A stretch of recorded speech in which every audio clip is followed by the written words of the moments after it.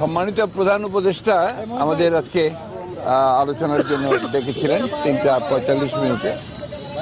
আমরা এসেছিলাম, প্রায় সোয়া ঘন্টা আলোচনা হয়েছে, অত্যন্ত ফলপ্রসূ আলোচনা হয়েছে এবং আমরা অত্যন্ত আশাবাদী এই অন্তর্বর্তীকালীন সরকার যার নেতৃত্বে প্রফেসর ইউনূস রয়েছেন তারা তাদের আন্তরিকতা, দেশপ্রেম, যোগ্যতা দিয়ে খুব দ্রুত তারা একটা স্টেবল অবস্থায় নিয়ে আসতে পারবেন এবং একই সঙ্গে তারা একটা নির্বাচনের দিকেও যেতে পারবেন এবং প্রয়োজনীয় সংস্কারসমূহ তারা পূরণ করবেন বলে আমরা বিশ্বাস করি।